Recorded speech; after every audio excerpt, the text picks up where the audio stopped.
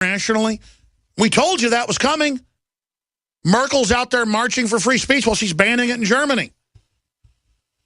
So it's outrageous. Joe Biggs joins us on Martin Luther King Day to talk about free speech, I guess. I just spent a few minutes. I also noticed they had the sheriff's department and their camo there and more inside the building. We've got more reports coming out tonight of what you actually shot inside. But, Joe, give people your breakdown of what happened. Yeah, when I got there, I didn't know what to expect on the drive up there. Jakari and I were kind of like at a loss for what we were going to expect when we got there. I was reading some the Twitter feeds, and they said at this point in time, we're about 30 minutes out. They said there were hundreds of people already out there protesting at this point in time. So we're like, all right, this could be interesting. And as we pulled up to the convention center, hundreds of people lined both sides of the road. Tons of motorcycles driving up and down the road, people waving American flags, Jewish flags, screaming, God bless America, no, Sharia law doesn't belong here, Muhammad was a homosexual and a pedophile, blah, blah, blah, blah. So we park behind the protesters and we go around and start talking to some people. And one guy goes, oh, yeah, InfoWars, glad you guys came out here. And I was like, well, do you mind if I talk to you, sir? And he goes, yeah, that's fine. I was like, so why are you out here, sir? And he goes, well, I'm out here for freedom of speech. And I said, well, okay. So do you have a problem with the Stand for the Prophet rally that's happening next door or across the street, I should say? Well, yeah, I don't think they should be over there. I don't think they should be allowed to talk to anything like that whatsoever. So that was just the aspect of people the entire time, that they were just ignorant about everything. They were just out of their mind. Like, we were standing there behind the protesters, and by the time we went over to where the actual event was, people started booing us. People started calling us names. People started, saying, you guys should go to Iraq and see what it's like, And so we finally get over to the other side and we get out of the vehicle, and I'm watching some of these protesters that are at the entrance of the drive to come into the convention center. And this Muslim guy walks by, and this guy screams out, look, he's got a beard. There's probably a bomb in that beard. They hide them everywhere. They're shifty. And it was just like out of this world. So it was like they were trying to get cast for deliverance. Yeah. I mean, that's what was there. And I don't want to knock our listener that was out there. People get angry. I've been mean at protests as well. You get in an angry mode. They had probably read the news articles claiming that this event, because I remember reading these going, is this accurate? Some of these are pretty big news outlets that claiming that terrorists were there. Yeah. And then, as you said, you went and investigated. That wasn't the case. So I think it was the disinformation that hyped them into getting mad. So I'm not calling the whole group, white trash rednecks, because I'm kind of redneck myself. The point is, some of the smartest folks I know is what you'd call a redneck, wise folks. It's just that you're saying that there was that flavor to some of the people. Yeah, exactly. And, when we got into the rally, they started the rally off inside. They had a prayer, and then they opened up. They said, we do not condone any acts of violence. We condemn the attacks at Charlie Hebdo. We condemn Boko Haram. We condemn ISIS. These are not people of Islam. They do not follow the Prophet Muhammad. These are people who take, 18, 20-year-old young men who are angry and, piss off at the world and use them and mold their minds into this radical. Did they let you film that? No. We had to sign a consent form. Couldn't film. Because I know you could film some of it, but not in that one area. That's so stupid. Because you'd think they need to get that out there, because a lot of Muslim groups will not condemn it. They should have condemned it publicly. Well, there was an American flag and a Texas flag. Everyone had little American flag and a Texas flag. Each there was hundreds of Muslims in there, and they all were waving them up in the air, and they kept calling themselves Muslim Americans. So I noticed a drone was out there too. Yeah, there was a drone out there flying around. But nowadays, everyone can go buy one at a hobby store. So, it didn't have any identifiable marks. Yeah, police one don't have lights on it. Yeah. But there was a huge police presence. They had those little towers, they jack up that you can see in Walmart parking lots now. They had those all over the place. And then we saw, like you saw, the militarized looking police from like Ferguson standing in the window watching on as well. These guys came out that you can see right here. They came out to pray, and they wanted to do it in front of everyone to show that they're being peaceful and, they don't mean any harm. They just want to be a part of the community. And one of the other things I thought was interesting as well, one of the keynote speakers came up and he says, I'm thankful that I can live in a country where freedom of speech is protected, where I'm allowed to come out and have a rally to help bring awareness to what it is we're trying to do to be a peaceful part of the society in Garland. And well, that's what the Dutch mayor, who's a Muslim, said, is if you don't appreciate freedom of speech and everything, you should get out of the country. Well, the same thing goes for Merkel, not just radical Muslims. What do you think of them banning even mainline political parties protesting against open borders and the forced importation of tens of millions of Muslims to create balkanization by the left, them banning free speech? I mean, even if you don't agree with these groups, they should have free speech. Yeah, exactly. I mean, even if I don't agree with what the other side's saying, I'm still glad I live in a country where they're able to have that opinion, they're able to voice it without being persecuted, in a sense. So, I mean, I think it's great that we live in this kind of country, but some Americans need to understand what freedom of speech is, and, well, I'll tell you, for everyone. I agree. I don't want to make a big deal out of this because I don't like to infight, but if you can go re-pull me the articles that were claiming that this guy's a terrorist, that guy's a terrorist, I want to look at those when I get off air today, because that's dangerous for people to say known terrorists are at this event to stir up people. Well, yeah, that's what they were saying. Yeah, I know. And, it's fun to hype up the Muslim threat and everything. I understand people like to do that, but this is all part of this divide and conquer strategy. And I think the borders are too open. We are bringing radical Muslims in. I'm against it. They're being allowed to fly around. They're being allowed to recruit. They're being allowed to train. I say go after them because that's training for military attacks. Clearly illegal. But the attempt to just let them attack and then create a fight with general Muslims is part of a larger plan. It's like, yeah, there are bad cops out there. They should be punished. But don't let George Soros fund $33 million to start a war on police that's meant to start civil unrest. That's so obvious.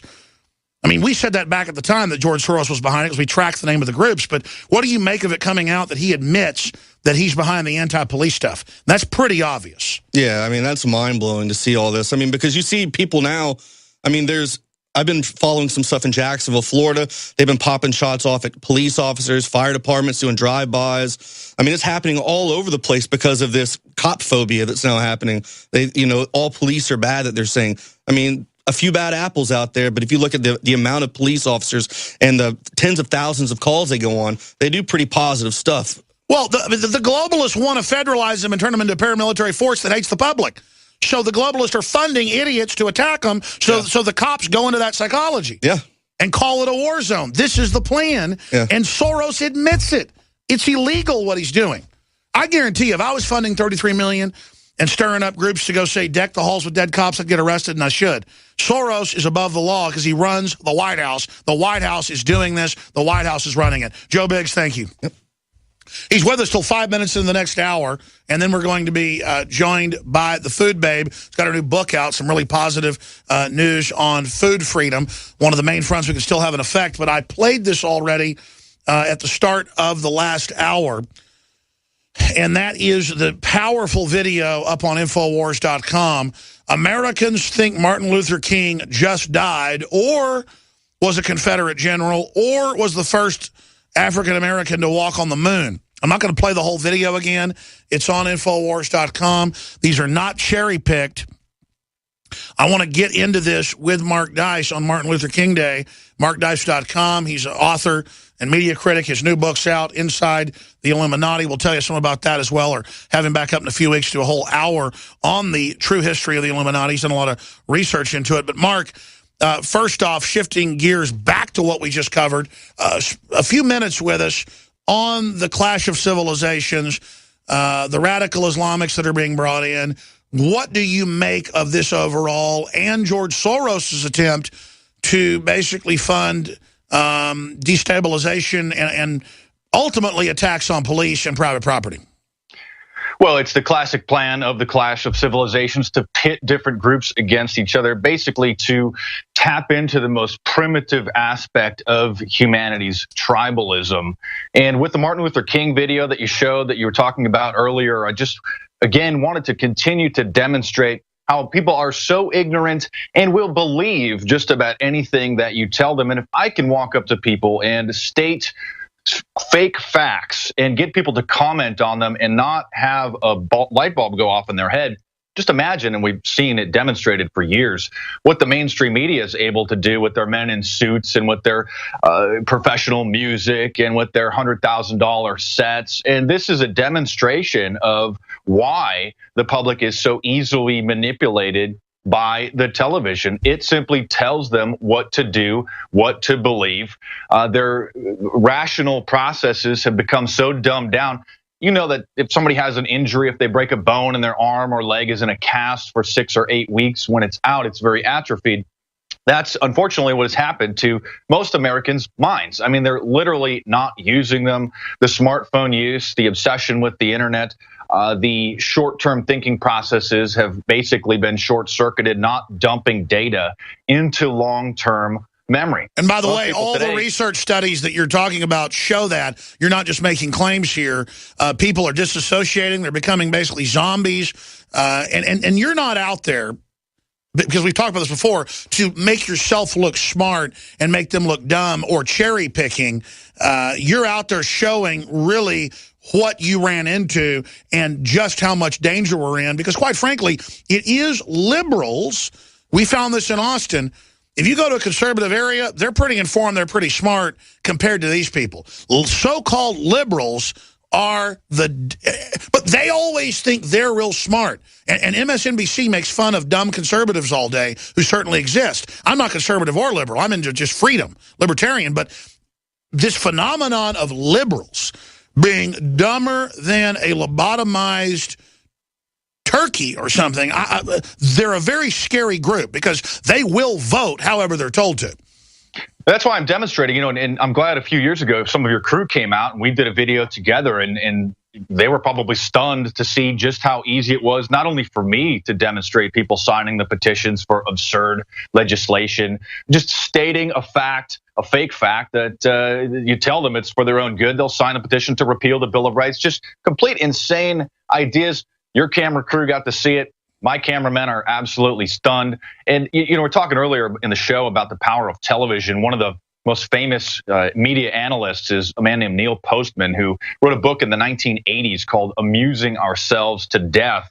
Still captures the state of the American media today when he says that under the governance of the printing press, discourse in America was different from what it is now, generally coherent, serious, and rational. And then how under the governance of television, it has become shriveled and absurd. And he goes on to say that we have part of the reason for this is because we've been accustomed to its discontinuities, so that we are no longer struck dumb, as any sane person would be, by a newscaster who, having just reported that a nuclear war was inevitable, goes on to say that we'll be right back after this word from Burger King. And one can hardly overestimate the damage that this juxtaposition does to our sense of the world as a serious place. He goes on to say that they keep everything brief, not to strain our attention, but to provide constant stimulation through variety, novelty, action, and movement. You are required to pay attention to no concept, no character, and no problem for more than a few seconds at a time. That bite-sized is best. The complexity must be avoided. Nuances are dispensable, and that qualifications impede a simple message, and visual stimulation is a substitute for thought. That's right. It's dumbed down to Republican, Democrat, black, white. You're either for the cops, you're against the cops. They want us all like automatons with no subtlety, no qualifications, no deep understanding of history, until the general public are like dumb animals. It's so sad. They're so stupid, but they're also so vicious. They'll vote to take our guns in a minute. They'll vote to put us in a FEMA camp. You've gone out and had long discussions with liberals going, yeah, we're going to put the gun owners in forced labor camps. And they're like, oh, good. Yeah, I don't like them. And these people are ready, Mark, to come take us and our families. I mean, these are sick. An idiocracy. I mean, we have a generation of people who grew up on smartphones literally don't know by memory the phone numbers of their friends or their families. I mean, most people under perhaps 30, 25, remember before smartphones when you would actually memorize the phone numbers of your family and of your friends. But now people, as you know, just plug them into their phone. If they lost their phone, if their phone battery died, they would be so lost. They literally wouldn't know where they are. They don't know how to go anywhere without GPS. And, Martin Luther King, the video that we were talking about and what he's done for this country, his still historic speech that rings true today. This is also an important day to highlight, as you know, the COINTELPRO program, the FBI's undercover provocateur program to literally illegally infiltrate